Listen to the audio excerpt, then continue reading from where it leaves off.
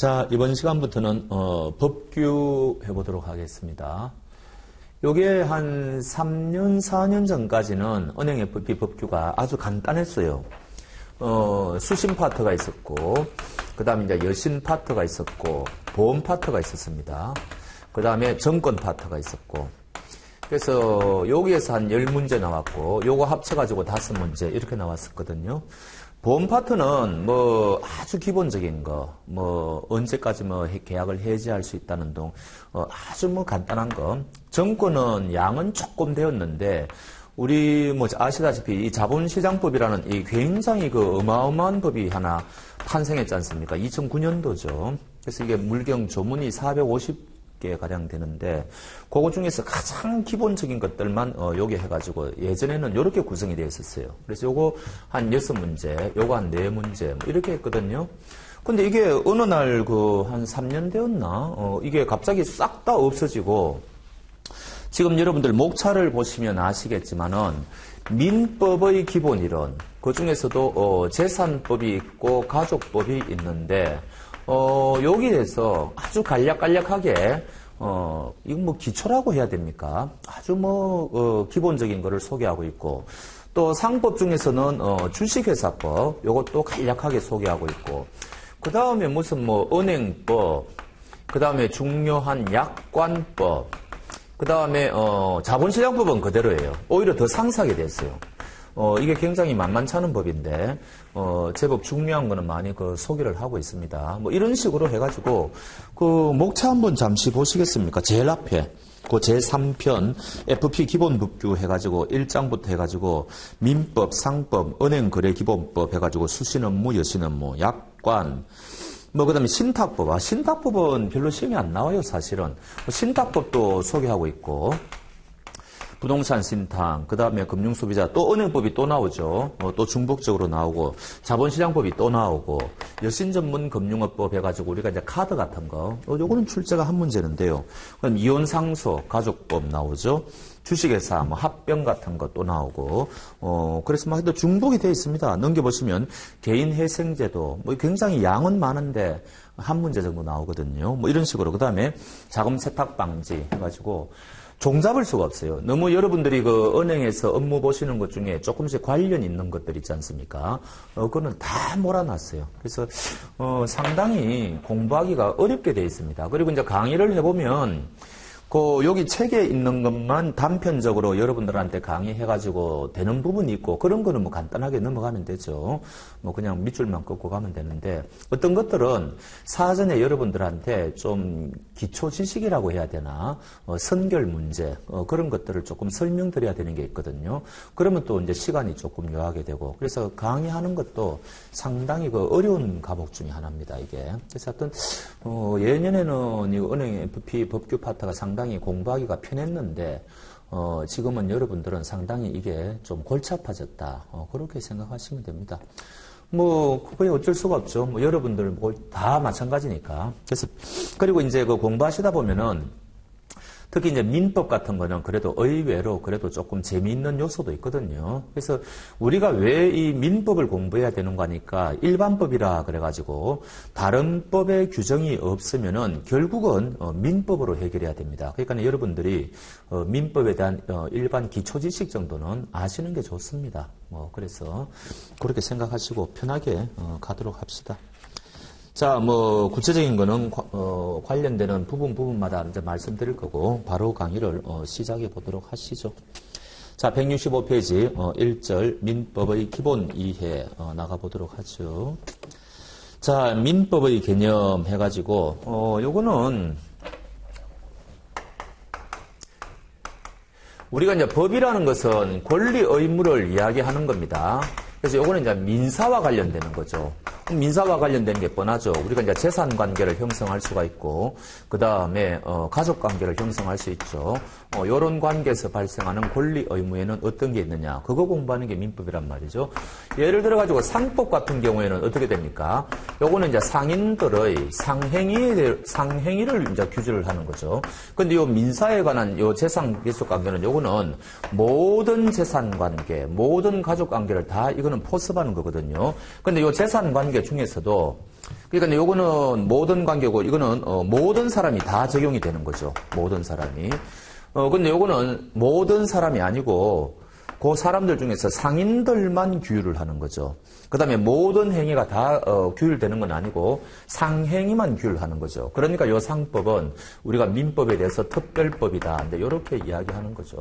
또 여기에서 또 만약에 은행법은 또 어떻게 됩니까? 은행법은 상행위 중에서도 은행과 관련되는 사무에 대해서만 규율이 되니까 또 상법에 대해서 또 이게 은행법은 특별법이 되는 거죠. 뭐 이런 식으로 가는 겁니다. 그래서 만약에 문제가 발생하면은 특별법이 먼저 적용돼야 되니까 은행법에 은행에서 무슨 문제가 발생하면은 은행법을 제일 먼저 적용할 거고 뭐 특히 이제 은행 약관 같은 게 이제 먼저 적용이 되겠죠.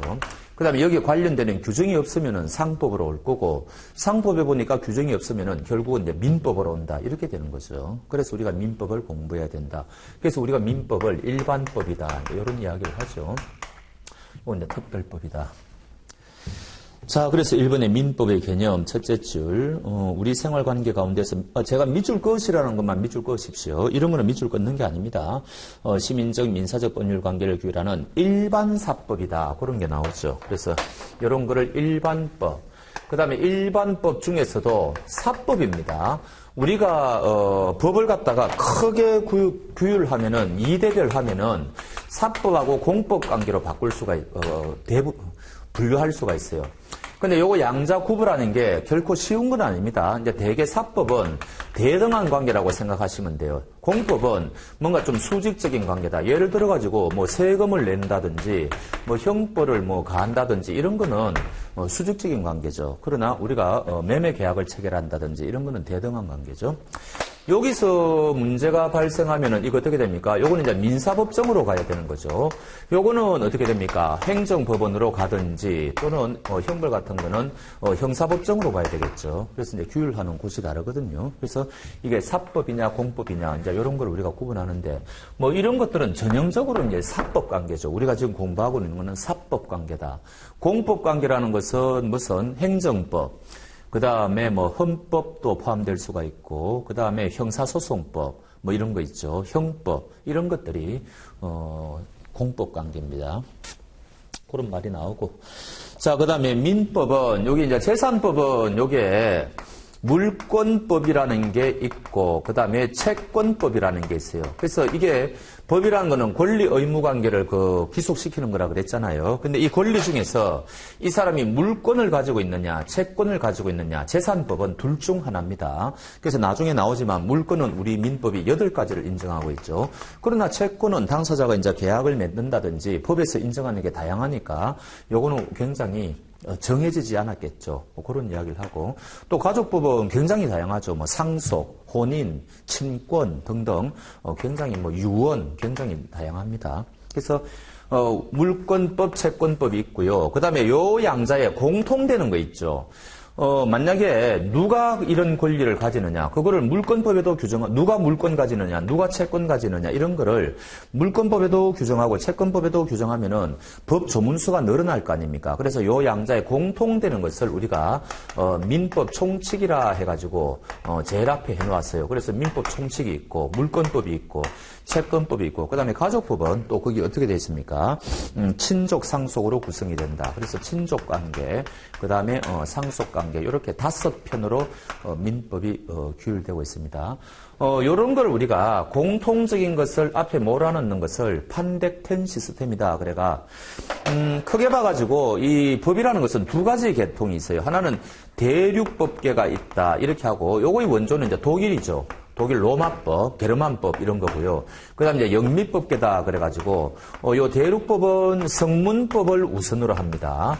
그 다음에 성문법을 우선시하고 그 다음에 요 영미법계는 판례 같은 불문법을 우선시하죠. 그렇게 양자가 완전히 나뉘는데 우리나라는 독일을 통해서 일본은 우리가 이제 옛날에 식민지 지배를 받았으니까 그래갖고 이제 우리가 이렇게 법을 이제 근대법을 이어받게 된 거죠. 법을 수입하는 것을 계수라 그럽니다. 그렇게 우리는 그래서 독일법계다. 굉장히 독일 사람들이 굉장히 논리 치밀하고 뭐 그렇지 않습니까? 관념적이고 그래서 이렇게 공통적인 것은 앞에 몰아놓았다 이렇게 되는 겁니다. 영미법은 옛날에 여러분들 그 하버드 대학교 공부벌레들 뭐 이런 영화라든지 드라마 보셨습니까? 그럼 그 하버드 법대생들이 전부 판례 같은 거 공부하죠. 그래서 그런 것들을 우선시하는 것을 우리는 이제 영미법계다 이렇게 이야기를 합니다. 자, 그래서 거기 민법은 이렇게 5편으로 되어 있는데 일단 우리 재산법부터 보자는 이야기죠. 그래서 물권, 채권 좀 보자 이야기고 나중에 가면 또 가족법이 또 등장을 해요. 가족법이 상당히 재미있습니다. 자, 그 다음에 민법의 기본 원리. 이게 이제 근대 민법이라 그러거든요. 여러분들이 필요한 물자를 계약을 통해서 대부분 조달하죠. 자기한테 없는 거는. 근데 이 계약이라는 개념이 등장한 게 얼마 안 됩니다. 그래서 중세까지, 이게 독일에서 수입했으니까 이제 외국 이야기를 들어야 되겠죠. 그래서 중세까지만 해도 이 계약이라는 개념이 그렇게 관념이 없었다고 그래요. 그래서 우리가 지금 공부하고 있는 것은 전부 근대 민법이다 해가지고 이때부터 비로소 시작되었다고 합니다. 물론 옛날부터 법은 있었는데 이 근대 민법의 대원칙은 사적 자치라는 거죠. 사적 자치. 지금도 마찬가지죠. 지금도 우리가 개인 자기한테 필요한 것은 자기 스스로가 결정해가지고 법률 효과를 다 자기들이 다 누리고 있지 않습니까? 그런 거를 옛날에는 그렇지 않았죠. 옛날에는 중세 봉건 시대에서는 영주가 다 자기가 지배하에 있었으니까 개인들은 이사도 제대로 못 가고 뭐 그렇죠. 하여튼 뭐 농노로서 그 영주 땅에 가가지고 봉사해주고 뭐 생명을 유지할 정도로만 물건을 조달받고 뭐 그런 거 아닙니까? 이제 사적 자치 근대에 들어와가지고 비로소 이런 개념이 생겼다. 그러면 이제 내가 노동을 해가지고 얻은 물자는 이제 영주한테 뺏기지 않는다는 거죠. 그래서 이런 거를 소유권 절대의 원칙 이렇게 이야기하죠. 그 다음에 두 번째는 거기 표현이 뭐라고 되어 있습니까? 과실 책임의 원칙. 요거는 뭔가 하니까 옛날에는 과실이 책임이 있다는 말은 고인은 당연히 책임이 있다는 이야기입니다. 옛날에 조선시대 생각해 보십시오. 이 사또가 뭡니까? 백성들을 불러가지고 네 죄를 알렸다 해가지고 곤장 막 때리고 하면은 자기는 이 사람은 책임이 없더라도 막 뭡니까? 책임을 지고 이렇지 않습니까? 그래서 이제는 내가 실수했으면은 책임지겠다는 겁니다. 뭐 고의는 말할 것도 없고. 그러니까 불가항력일 경우에는 책임을 못 지겠다는 겁니다. 그래야지 사람은 자기가 행동할 때 행동의 그 준거 기준이 생길 거 아닙니까? 아, 좀 조심하면 되겠구나 이런 거 있지 않습니까? 그래서 이게 태동된 게 얼마 안 됩니다. 과실 책임의 원칙이죠. 그래서 요거 말고 한 가지를 더 들어가지고 우리가 이제 사적 자치의 3대 원칙이라고 이제 보통 이야기를 하는데 우리 책을 쓰신 분은 그렇게 쓰지를 않고 요거 세 가지를 근대민법의 지금 3대 원칙이라고 이야기를 하고 있죠. 그래서 그 이번에 민법의 기본 원리 해가지고 둘째 줄 근대민법은 둘째 줄부터 읽어보죠. 자본주의 형성과 시민사회가 성립되던 시기에 제정된 근대민법은 기본 원리로 개인의 자유와 평등을 기본 이념으로 하는 그 대전제가 자유와 평등은 뭐 대전제죠. 자유와 평등을 전제로 해가지고 기본 이념으로 사유재산권 존중의 원칙, 그 다음에 사적 자치의 원칙, 과실 책임의 원칙을 인정하였다. 이렇게 되죠. 요거 세 가지가 근대민법의 3대 원칙이다. 이렇게 하십시오. 근데 사실은 요거 두 가지의 상위 개념이 사적 자치입니다. 사실은. 그런데 그렇게 생각하시고 그 다음에 요게 이제 일반 원칙인데 요거를 그 현대 사회로 이제 올수록 이게 어떤 문제가 생기죠? 자본주의가 이제 비약적으로 발전하니까 부익부, 빈익빈 이런 현상이 지금도 마찬가지지만 옛날에는 더 심했다는 거죠. 그래서 이제 요거를 뭔가 개선을 하지 않으면은 사회가 무너질 거 아닙니까? 이 문제 때문에 이제 그 마르크스의 그 뭡니까? 사회주의 공산주의도 등장하고 근데 자본주의가 사회주의 공산주의로 가지 않으면서 체제 내에서 이거를 소화시키려고 하는 거죠. 그래서 체제 붕괴를 막기 위해서. 그래서 이제 현대 사회로 오면서 이런 문제점 때문에 우리 책을 쓰신 분은 이거를 사회적 조정의 원칙이라고 이야기를 하죠. 이 말은 무슨 말인 거니까? 자, 지금 사적 자치라 그랬잖아요. 그러면은 A라는 사람이 사업주다, 사용자다. 그 다음에 B라는 사람이 피용자다. 그러면 이 두 사람이 계약을 체결해가지고 그 임금을 결정할 거 아닙니까? 그런데 사적 자치니까 요 두 사람에 그냥 맡겨 놓으면 어떻게 되겠습니까? 일할 사람은 너무너무 널려 있는데 지금 뭡니까? 그 사용자는 일할 기회는 지금 적다는 말이죠. 그러면은 사용자는 임금을 굉장히 내리겠죠. 그래도 일할 사람은 많으니까. 그래서 요 두 사람에게 사적 자치라고 해가지고 맡겨버리면은 너무너무 피용자들은 손해를 본다는 이야기죠. 그래서 이때는 국가가 개입을 해가지고 요 임금 결정에 국가가 개입을 해가지고 예를 들어가지고 최저임금은 얼마 주어라. 그 다음에 하루에 노동할 수 있는 시간은 8시간을 넘지 마라. 이런 식으로 국가가 개입을 해버리는 거죠. 원래 이거는 말이 안 되죠. 사적 자치는 개인들한테 맡겨놓는 거 아닙니까? 근데 이제는 국가가 개입을 해야 된다는 거죠. 이런 걸 우리가 혼합주의 경제다. 우리가 경제학에서 이런 이야기를 하지 않습니까? 혼합주의랍니다. 그러니까 사회주의 정책을 이제 좀 섞는다는 이야기죠. 요거를 우리 책을 쓰신 분은 사회적 조정의 원칙이라고 지금 표현을 하고 있습니다. 그러니까 이런 근대 민법이 없어진 게 아니고 이런 기본 위에서 플러스 이런 거를 뭡니까? 추가하고 있다는 이야기죠. 그래가지고 이제 체제 붕괴를 막는다. 그런 이야기입니다. 그럼 이 사회적 조정의 원칙은 민법에 이제 어떤 식으로 이게 표현이 되는 거니까 2조에 가면은 신의성실의 원칙이 있어요. 이런 거를 통해서 이제 조정을 한다는 이야기입니다. 그래서 그런 이야기가 나오죠. 그러나 현대에 와서는 근대 민법의 기본 원리에 많은 문제점이 노출되어 사회적 조정의 원칙으로 요 이제 민법 2조에 가보면은 1항이 신의성실의 원칙이고 2항이 이제 권리 남용 금지거든요. 요런 게 있고 그 다음에 또 하나를 뭐로 들었습니까? 폭리행위 금지는 이거는 마찬가지죠. 폭리 이자 돈 빌려주고 이자를 너무 많이 받는다든지 뭐 이런 거 아닙니까? 요것도 우리 민법에 가보면은 뭐 104조 불공정 법률행위 금지라든지 그다음에 저 뭐 608조 해가지고 대물 변제 예약 등등 해가지고 우리 민법에 여러 가지 규정이 있어요. 요것도 당연히 사회적 약자를 보호하는 거죠. 돈 빌려줄 때 이자를 자기들끼리 결정하게 만들면 이자가 천문학적으로 뛸 거 아닙니까? 지금 사채업자들이 그렇게 하고 있는 거죠. 그래서 국가가 개입을 해가 이자 제한법을 만들어가지고 일정한 수준 이상의 이자는 받지 마라 이렇게 제한을 해버리는 거죠. 민법으로 규율할 수도 있고 민법 가지고는 안 되면은 특별법을 만들어버립니다. 이자 제한법 해가지고 만들어버리죠. 그런 이야기입니다. 그래서 이걸 지금 예를 들고 있죠. 이런 거를 우리가 사회적 조정의 원칙이라고 한다. 이렇게 예를 들고 있습니다. 거기 밑줄 그어 놓으셔야 되겠죠. 그래서 요거 3대 원칙 밑줄 그으시고 그 다음에 사회적 조정의 원칙으로 요거 세 가지 밑줄 그어 놓으십시오. 예를 들어가지고 과실책임의 원칙이 사회적 조정의 원칙의 한 예다. 이렇게 되면 이거 틀리는 거죠. 그런 식으로 출제를 할 겁니다. 출제한다면요. 자, 나왔죠. 2-1번 사유재산권 존중의 원칙. 소유권 절대라는 말은 옛날에는 소유권을 여기 뺏겼다는 이야기죠. 함부로 내 물건을 뺏겼다는 이야기 아닙니까? 이제는 안 뺏긴다는 거죠. 그래서 절대란 말하고 이 소유라는 말 속에는 세 가지가 의미가 내포되어 있습니다. 요거 사용할 수 있고 다른 이 물건 여러분들 사용할 수 있죠.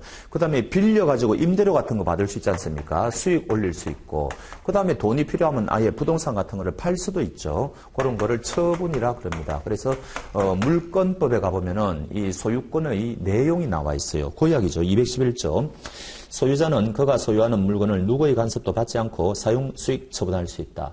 근데 만약에 누군가가 이거를 뭐 훔쳐갔다든지 지금 내가 내 땅인데 누가 함부로 와가지고 그 땅을 불법 점유하고 있다든지 그러면은 나가달라 돌려달라 이렇게 해야 될 거 아닙니까? 요런 거를 우리가 뭐라고 이야기하는 거 아닙니까? 상대방한테 뭔가 청구하기는 하는데 이 사람은 소유권에 근거해가지고 이런 청구를 하죠. 소유권이 지금 물권이거든요. 다음 시간에 하겠지만 그래서 이런 거를 우리가 물권적 청구권이라고 그래요. 물권에 근거해가지고 청구한다. 근데 여러분들이 매매 계약을 맺으면은 부동산 같은 거 맺으면은 이제 한 달 후에 잔금 지불하고 이제 부동산 넘겨받기로 하면은 그것도 넘겨달라고 청구할 수가 있잖아요. 한 달 후에 잔금 달라, 등기부 등본 뭐 넘겨달라 뭐 이런 식으로 집문서 넘겨달라 할 수 있잖아요. 그것도 청구권이죠. 그것도 청구권인데 그거는 매매 계약을 체결했기 때문에 발생하는 청구권이잖아요. 이런 거를 우리가 채권적 청구권이라 그래요. 그래서 청구권에는 다양하게 있습니다. 또 청구권에 어떤 게 있는 거 하니까 상속회복 청구권도 있어요. 상속이 잘못됐다는 거죠. 그러면 내한테 원위치 시켜라. 정당한 내한테 상속을 해달라. 물건 돌려달라 할 수 있죠. 요거는 가족법에 근거해가지고 하는 거죠. 그래서 청구하는 거는 다 똑같은데 물권에 기해서 청구할 수도 있고 채권에 기해서도 청구할 수 있고 가족법에 근거해서 청구할 수도 있고 근거가 다 다를 수가 있습니다. 지금 요 이야기를 하고 있는 거죠. 그래서 제일 밑에 보면은 또한 자기의 소유권을 방해하거나 방해할 염려가 있을 때도 청구할 수 있어요. 이거는 이런 거죠. 제가 지금 우리 집에 살고 있는데 뒷집에 지금 축대가 있는데 그게 무너질 것 같아. 아니 이제 여름에 장마가 오면 그 축대가 무너져가 우리 집을 덮치면 이거 어떡할 겁니까? 이럴 경우에는 방해 예방 청구권이라 그래가지고 그 축대를 좀 제대로 해달라고 그 집주인에게 이제 요청할 수가 있다는 거죠. 그것도 물권적 청구권이죠. 내가 소유권에 기해서 하는 거니까. 그래서 다양하게 할 수가 있습니다. 자기의 소유권을 방해하거나 방해할 염려가 있는 행위를 한 자에 대해서도 방해 제거해달라, 나가달라, 우리 집에서 나가달라 뭐 이런 거죠. 그 다음에 예방까지도 청구할 수 있다. 이런 거를 물권적 청구권이다. 이렇게 이야기합니다. 특히 이게 왜 요 양자를 특히 요 상속회복 청구권은 뭐 그렇게 중요하진 않으니까요. 요 양자를 왜 이거 우리가 구분해야 되는 거니까 소유권은 나중에 가보면 알겠지만 이게 소멸시효의 대상이 아니에요. 그러니까 내가 물건을 잃어버리잖아요. 그러면은 10년, 20년, 30년이 지난 뒤에 발견을 했다. 그럼 그건 내 거다. 내 소유물이다, 돌려다 할 수가 있습니다. 소멸시효 안 걸려요. 그렇다면은 소유권에 근거해가지고 지금 돌려달라고 하는 거죠. 소멸시효에 걸리지 않겠죠. 근데 이 채권은 소멸시효가 여러분들 아시다시피 민사채권은 10년, 상사채권은 5년이지 않습니까? 요거는 5년, 10년 지나면은 청구권이 없어지죠. 그러니까 우리가 사실 민법을 공부할 때 이 청구권이 물권적 청구권이냐 채권적 청구권이냐 구별하는 것은 대단히 중요해요. 이게 소멸시효에 걸리냐 안 걸리느냐 이런 문제가 있기 때문에. 자, 그 다음에 넘어가겠습니다. 사적 자치의 원칙. 하여튼 자기의 개인 의사대로 이제는 법률 관계를 형성할 수가 있는 거죠. 요거를 우리가 이제 다른 말로 하면은 계약 자유의 원칙이라고도 합니다. 계약 자유의 원칙. 혹은 계약은 법률 행위의 일종이니까 좀 있으면 나오는데 법률 행위 자유의 원칙 이렇게도 이야기하죠. 그래서 이제 현대인은 옛날 그 조선시대 농노라고 안 하죠. 하여튼 옛날 사람들하고 달리 완벽하게 자기가 원하는 대로 법률 관계를 형성할 수 있다는 겁니다. 그래서 그래도 이제 법을 어기면 안 되겠죠, 당연히. 법질서의 한계 내에서. 그래서 계약 체결하고 안 하고 이런 거 이제 자유롭게 할 수 있고 단체도 결성할 수 있고. 사람이 죽을 때는 자기 재산이 옷이라도 한 벌이 있을 거 아닙니까? 그거를 자기가 어떻게 할 건지는 자기가 유언장에 쓸 수도 있고 뭐 다 할 수 있죠. 권리가 있다고 해서 꼭 행사하는 건 아니죠. 행사하고 안 하고는 자기 마음이죠. 그래서 그런 예를 지금 들어 놓았습니다. 자, 제일 밑에 각주를 보니까 우리가 이제 계약 체결의 자유 4가지가 있어요. 요것도 밑줄 꺼 놓으십시오. 제일 첫 번째는 뭡니까? 자, 첫 번째. 계약을 체결할지 안 할지 그거부터가 자유라는 거죠. 그 다음에 누구와 계약을 맺을지 그거 자유죠. 상대방 선택의 자유죠. 그 다음에 요 물건을 100만 원에 팔지 105만 원에 팔지 이런 것도 자기가 자유롭게 결정할 수 있죠. 그러면 계약 내용의 계약 내용 결정의 자유 이렇게 나오죠. 거기는 지금 3가지만 소개해 놓고 있네요. 그 다음에 이제 어떤 방식으로 계약 체결할지 그것 하나 더 있거든요. 근데 어쨌든 요 3가지 정도 밑줄 하십시오. 내용 결정, 상대방 선택, 그 다음에 계약 체결하고 안 하고 이런 것들이 다 이 사람의 자유다. 지금 이런 이야기가 되는 거죠. 근데 여러분들 좀 의문이 들지 않습니까? 그러면은 택시 기사도 심야에 어떤 손님을 내가 선택할지는 이 사람이 자유롭게 상대방을 선택할 수가 있잖아요. 그런데 왜 우리는 심야에 택시 승차 거부라 해가지고 왜 그렇게 단속을 하고 그럴까요? 그래서 이것도 전부 지금 이 이야기예요. 근대 민법의 이야기고 현대에 들어와가지고는 너무 모순이 많이 발생하고 있기 때문에 전부 지금 국가가 강력하게 개입한다는 거죠. 그래서 자기들끼리의 문제라면 모르겠는데 공익과 관련되는 거. 심야의 택시 승차 거부도 공익과 관련되죠. 그런 것들은 전부 지금 국가가 다 개입하고 있습니다. 그거를 우리는 사회적 조정의 원칙 이렇게 이야기하고 요거는 굉장히 단순하게 예를 들었는데 되게 특별법을 만들어가지고 굉장히 국가가 많이 개입을 하죠. 자, 그 다음에 2-3 과실 책임의 원칙. 개인이 다른 사람에게 가한 손해에 대하여는 행위가 위법할 뿐만 아니라 고의 또는 가실의 경우에만 책임을 진다는 원칙이다. 그래서 우리가 민사 책임의 경우에는 손해배상 이 문제가 제일 크죠. 상대방한테 이제 손해배상을 이제 청구하는 건데 이게 이 두 가지 중에 하나예요. 제일 요건이 제일 뭡니까? 중요한 게 하나는 상대방이 채무를 불이행하는 경우예요. 약속을 어기는 거죠. 하나는 불법행위죠. 교통사고 같은 거 이런 거 아닙니까? 그래서 요 경우인데 요 둘 다 공통되는 게 뭔고 하니까 고의 또는 과실로 채무 불이행을 해야 돼요. 고의 또는 과실로. 그러니까 이런 걸 우리가 요 과실 책임의 원칙이라고 그러죠. 그래서 요거하고 이제 비교되는 말이 뭐예요? 불가항력이죠. 불가항력. 무과실하고 사실 불가항력은 조금 다른 개념인데 그냥 여러분들은 같다고 보십시오. 그래서 요거는 예외적으로 인정하는 거죠. 원칙이 이거라는 겁니다. 그게 지금 과실 책임의 원칙에 나와 있죠. 과실은 뭐예요? 고의는 여러분들이 잘 하실 거고 과실은 뭐예요? 요거는요. 주의 의무를 위반하는 겁니다. 주의 의무를 위반하는 거죠. 주의 의무. 자, 그 다음에 사회적 조정의 원칙 말씀드렸죠. 불평등을 이제 고치겠다는 거죠. 그래서 둘째 줄 신의성실의 원칙, 권리 남용, 폭행이 금지 뭐 이런 이야기죠. 자, 그러면 이 신의성실의 원칙은 뭘까요? 굉장히 너무 추상적이죠. 이렇게 하시면 돼요. 일단 계약 관계를 맺으면 남남이 아니죠. 아니 지금 길가에 가는 사람들은 저하고 생판 모르는 사람인데 내가 그 사람들을 배려하는 건 한계가 있지 않습니까? 근데 계약을 어제 체결했다. 한 달 후에 내가 물건을 넘겨주기로 했다. 그럼 한 달 동안은 그 사람하고 내하고는 이제는 특별한 관계가 됐지 않습니까? 그럼 서로 간에 최대한 이익이 창출될 수 있도록 배려해야 된다는 거죠. 그거를 우리가 계약 관계에 있는 사람은 서로 좀 배려할 의무가 있다. 이런 거를 우리가 신의성실의 원칙이다. 이렇게 생각하시면 됩니다. 신뢰 뭐 그런 말이 나오죠.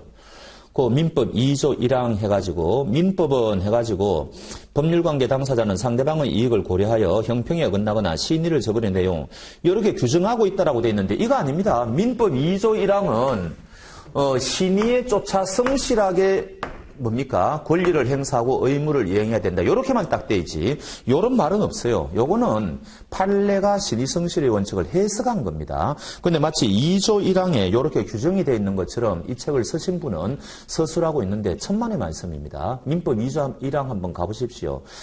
신의에 쫓아 성실히 권리를 행사하고 의무를 이행해야 된다. 요 말밖에 없어요. 근데 요 뜻이 이렇다는 거죠. 그런 이야기고. 그 다음에 그러면 이 사람이 신의성실의 원칙을 위반했느냐 안 했느냐 그거는 알 수가 없죠. 배려를 했나 안 했냐 이거는 케이스 바이 케이스로 우리가 판단할 수밖에 없습니다. 그래서 이건 전부 판례를 봐야 돼요. 어떤 경우에 판례가 인정했느냐 그런 거거든요. 그런 거고. 자, 그 다음에 오른쪽에 민법의 기본 구조 권리와 의무라고 말씀드렸죠. 지워버렸습니까? 지워버렸나? 법이라는 것은 권리 의무죠. 그 다음에 이제 법률 관계의 주체.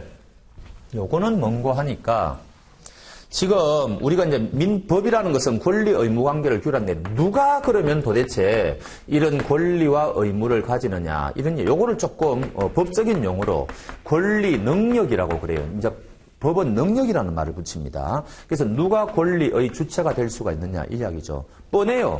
사람 아니면 법인이에요.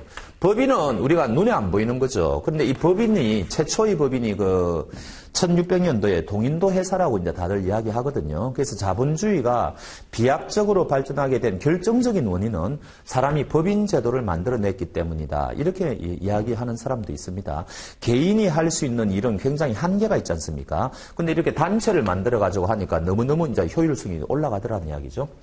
사람의 정의가 뭐예요? 생존을 하고 있어야 되죠. 그러면 생존 이전 단계를 우리가 태아라 그러고 생존 이후 단계를 죽은 자를 우리가 사자라 그러지 않습니까? 그러면은 태아하고 사자는 권리의 주체가 될 수 없는 거죠. 그러니까 여기 상속의 문제가 일어나죠. 그래서 생존해야 돼요. 법인은 우리가 만든 이유가 있겠죠. 그래서 이 법인의 정관을 봐야 되고요. 그래서 정관에 어긋나는 행위를 하면 안 돼요. 대한야구협회를 만들었는데 대한야구협회에서 축구공을 팔면 되겠습니까?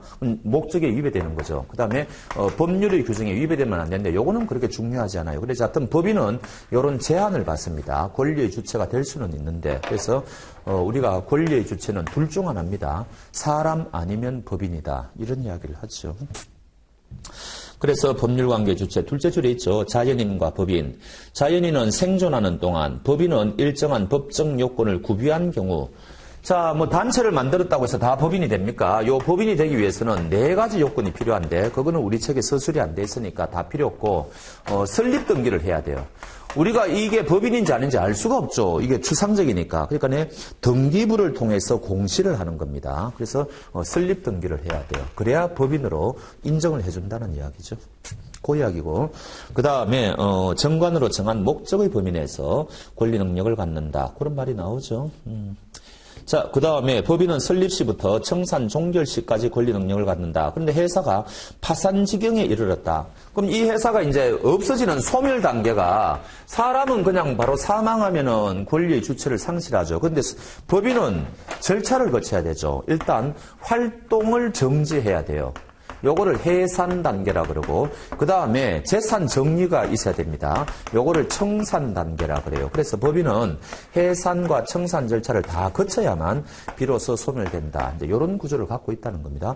그런데 아직 해산은 시작됐는데 아직 청산 중이다. 그러면 법인이 맞다는 겁니다. 아무리 지금 이 법인이 부도 직전이라 하더라도 아직은 법인이다. 지금 이런 판례를 지금 소개하고 있죠. 그런 이야기고, 그 다음에 그렇다면은 요 법인하고 대조적인 개념이 뭘까요? 법인하고 대조적인 개념을 우리가 민법에서는 권리 능력 없는 사단이라 그래요. 그러니까 권리 능력 없다는 말은 권리의 주체가 될 수 없다는 말이죠. 그런데 사람들이 모인 집단이다. 권리 능력 없는 사단이다. 이제 이렇게 이야기. 법인에는 사단법인과 재단법인이 있습니다. 사단법인과 재단법인이 있는데 어찌됐든 권리 능력 없는 사람의 단체가 있다는 거죠. 요 대표적인 예가 뭡니까? 노조도 여기에 해당될 수가 있어요. 일부러 설립 등기를 안 하죠. 설립 등기 해버리가 이게 법인이 돼버리면 평소에 주무관청의 간섭을 많이 받아야 되거든요. 그러니까 일부러 설립 등기를 안 하는 그런 케이스고, 그 다음에 여러분들이 잘 아시는 종중, 동창회 굉장히 많습니다. 거기 지금 소개되어 있는 것처럼 아파트 분여회 있죠. 재건축 조합 이런 식으로 굉장히 현실에서 많아요. 현실에서. 그래서 그 이야기를 하고 있죠. 참고로 비법인 사단이라고도 하고 권리 능력 없는 사단이라고도 하고 법인격 없는 사단이라고도 하는데 실질은 있으나 사단이라는 실질, 사람의 모인 집단이라는 거죠. 그러나 법인 등기를 하지 아니하여 권리 능력을 가지지 않는 단체, 밑줄 끊으시죠. 교회도 마찬가지예요. 교회도 권리 능력 없는 사단이에요. 그런데 이제 사찰 같은 경우에는 이게 우리 판례가 권리 능력 없는 사단으로 본 판례도 있고 권리 능력 없는 재단으로 본 판례도 있어요. 그래서 사찰은 보통 잘 소개를 안 하죠. 근데 교회는 맞습니다. 교회도 개신교회는 여기에 해당되고요. 또 천주교회는 또 달라요. 그래서 어찌됐든 요거는 이제 그 개신교 이야기하는 겁니다. 자, 그 다음에 법률관계의 객체. 모든 법률관계는 일정한 객체를 필요로 한다. 주택을 매매할 때는 주택이 객체가 되겠죠. 그러면 우리가 재산법은 물권하고 채권 공부하는 거라 그랬지 않습니까? 그러면은 물권의 객체가 뭐냐? 물권의 객체가 뭐냐? 그러면 물권의 정의를 알아야 되겠죠. 이 사람이 물건에 대해서 어떤 권리를 갖고 있느냐 이 이야기거든요. 그러면 물권의 객체는 물건이죠. 뻔한 거 아닙니까? 그러면은 채권의 객체가 뭐냐? 채권이 뭐예요? 상대방한테 무엇인가를 청구하는 거겠죠. 그럼 요 무엇인가가 요게 객체가 되겠죠. 돈 달라고 청구하면 돈이 객체가 되고, 부동산 넘겨달라고 하면 부동산이 되고, 일해달라고 하면 그게 객체가 되고, 굉장히 다양하겠죠. 이런 거를 우리가 급부라 그래요. 혹은 행위자의 행위라 그러죠. 그래서 이제 그런 말이 나오죠. 채무자의 일정한 행위이다. 밑줄 꺼놓으시고, 친족법상의 권리의 객체도 다양하겠죠. 혼인의 객체, 무슨 상속의 객체, 유언의 객체 다 달라질 거 아닙니까? 이제 그런 이야기죠. 자, 그 다음에 넘어가겠습니다. 법률관계 변동의 원인. 자, 요거는 여러분들이 조금 이제 이런 게 어렵습니다.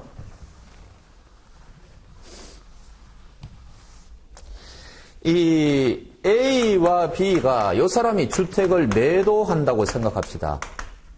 이 사람은 매수인이에요. 그러면 이게 이제 매매 계약이 이루어지는데 어떻게 해야 매매 계약이 이루어질까요? 파는 사람은 요 주택을 내가 10억 원에 매도하겠다. 이렇게 이야기를 해야 되죠. 그럼 요 사람은 그 주택을 10억 원에 매수하겠다. 이렇게 이야기할 거 아닙니까? 그래서 요 두 사람의 의사의 합치가 있어야 돼요. 그래야만 계약이 이루어지죠. 요게 임대차라면은 임대하겠다, 임차하겠다. 이게 근로계약이라면은 고용하겠다, 조수입니다. 이런 식으로 의사의 합치가. 그래서 모든 계약은요, 모든 계약은 의사의 합치가 있어야 돼요. 근데 이 의사는 두 개 있죠.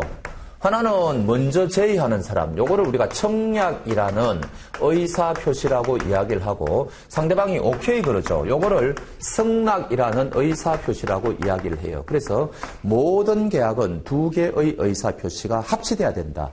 상식이죠. 자, 두 번째. 내가 한 달 전에 맺은 계약을 취소하겠다. 이거는 뭐예요?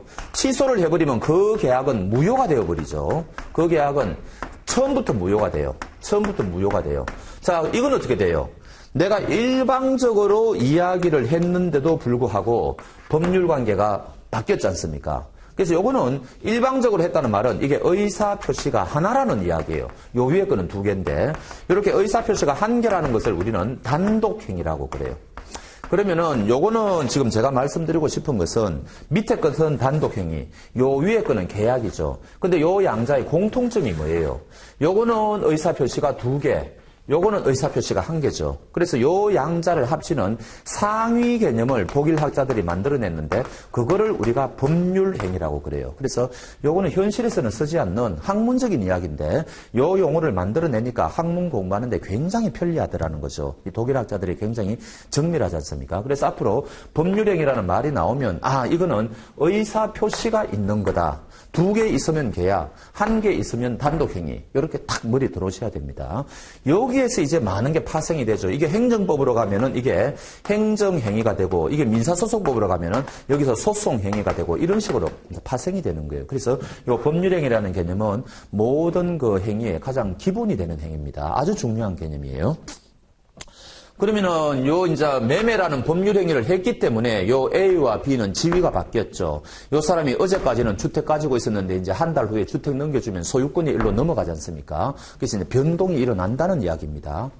요것도 변동이 일어났죠. 그래서 그 가로 속에 법률관계 변동의 원인 이렇게 되어 있습니다. 그래서 법률행위란 법률관계의 발생, 요거는 권리 의무가 발생되는 거죠. 이 사람은 이제 주택 넘겨달라고 할 수 있죠. 권리가 생기고 이 사람은 돈 달라고 할 수 있는 권리가 생기는 거죠. 뭐 그런 이야기입니다.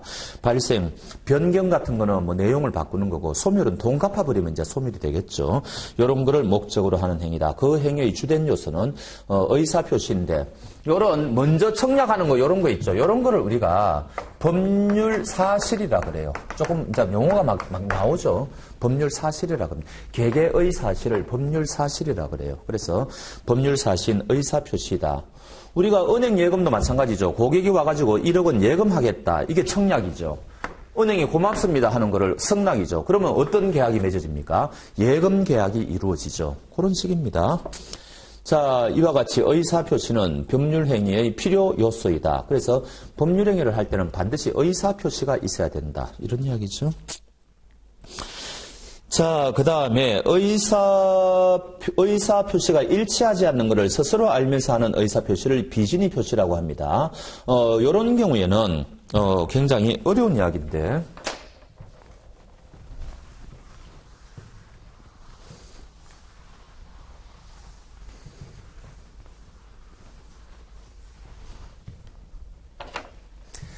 이 피용자가 사표 제출했습니다. 이거 사직하겠다는 의사표시죠. 근데 이 사람이 표시는 이렇게 했는데 이 사람의 진정한 의도는 사직의 생각이 없어요. 그런데 표시는 이렇게 한 겁니다. 그러니까 이 양자가 불일치하죠. 진정한 의도는 사직의 의사표시가 없는데 지금 사표를 제출하고 있으니까 이 양자가 지금 불일치하다. 아니 그럼 이 사람은 왜 이렇게 했을까? 뻔하죠. 둘 중 하나입니다. 요즘 사장이 자기를 보는 게 너무 이상하다. 내가 한번 승부수를 한번 던져보자. 이렇게 할 수도 있고 그 다음에 사용자가 강요할 수도 있죠. 그래서 어쩔 수 없이 내는 경우도 있습니다. 그래서 이런 거를 우리가 비진의 표시라 그래요. 진이 아닌 의사 표시다. 비진의 의사 표시거든요. 그럼 이게 우리가 사적 자체라는 것은 자기가 마음먹은 대로 그 사람이 마음먹은 대로 법률 효과를 인정해 주는 건데 이거는 양자가 다르지 않습니까? 그럼 이 사람의 사표 제출에 대해서는 우리가 어떻게 법률 효과를 인정할 건가? 일단 유효입니다. 이 사람이 거짓말을 하고 있지만 일단 유효라는 거죠. 상대방은 알 수가 없으니까. 그러면 사용자가 거기 오케이 그러면은 여기 이게 청약과 선락이 일치되니까 사표는 수리가 되는 거죠. 그럼 이 사람은 퇴직이 되는 거죠. 이게 원칙이라는 겁니다.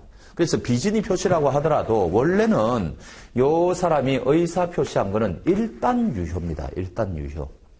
근데 예외적으로 조금 전에 말씀드린 것처럼 요 사용자가 사표 제출을 강요했다면 그런 경우까지 이거 유효하다고는 하면 안 되겠죠. 그래서 이때는 요 사용자가 요 사람이 마음에도 없는 짓을 한다는 것을 알았다든지 조금 조심했으면은 알 수 있었다. 알 수 있었다라는 말은 과실이 있다는 이야기죠. 요럴 경우에는 요거는 예외적으로 무효가 돼요. 그럼 이 사람이 사직서를 강요했다면은 저 사람이 마음에 없는 짓을 한 거를 최소한 알았거나 알 수 있었겠죠. 그러면 요거는 무효가 되는 겁니다. 그러면은 사용자가 오케이 그러더라도 이거는 인정이 안 되죠. 이 사람은 복직이 되는 겁니다. 그럼 나중에 사장이 복직 안 지켜주면 이 사람이 소송 걸면 이 사람이 이긴다는 거죠. 그래서 비진의 표시라는 것은 사직서 제출이 현실에서는 제일 많습니다. 이거 말고도 이제 다양하게 있는데 이때는 이렇게 알아놓으시면 되죠. 자, 밑줄 그어보시죠.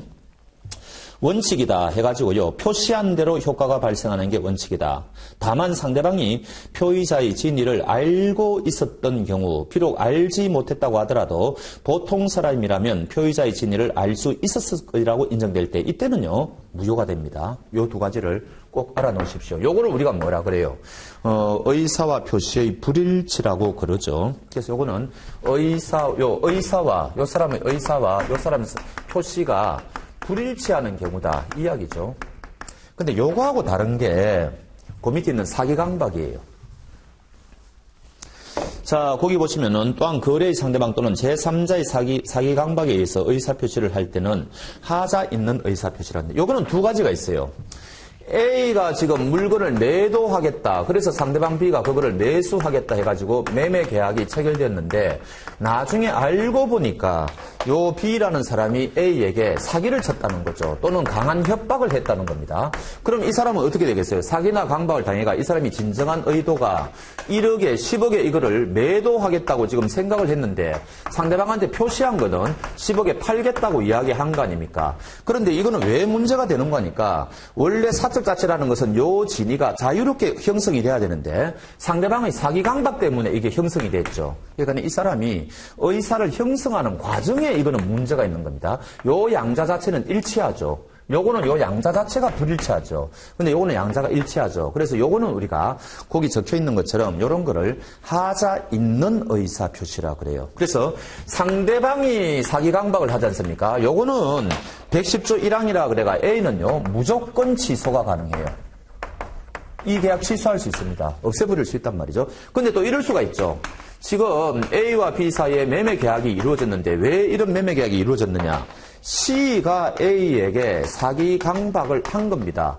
너 이 사람한테 물건 팔지 않으면 너 죽여버릴 줄 알아. 죽을 줄 알아. 이런 식으로 강한 협박을 해가지고 A가 어쩔 수 없이 팔았다. 이럴 경우에 나중에 A가 요 매매 계약을 요것처럼 무조건 취소할 수 있느냐? 그러면은 B가 피해를 볼 수가 있죠.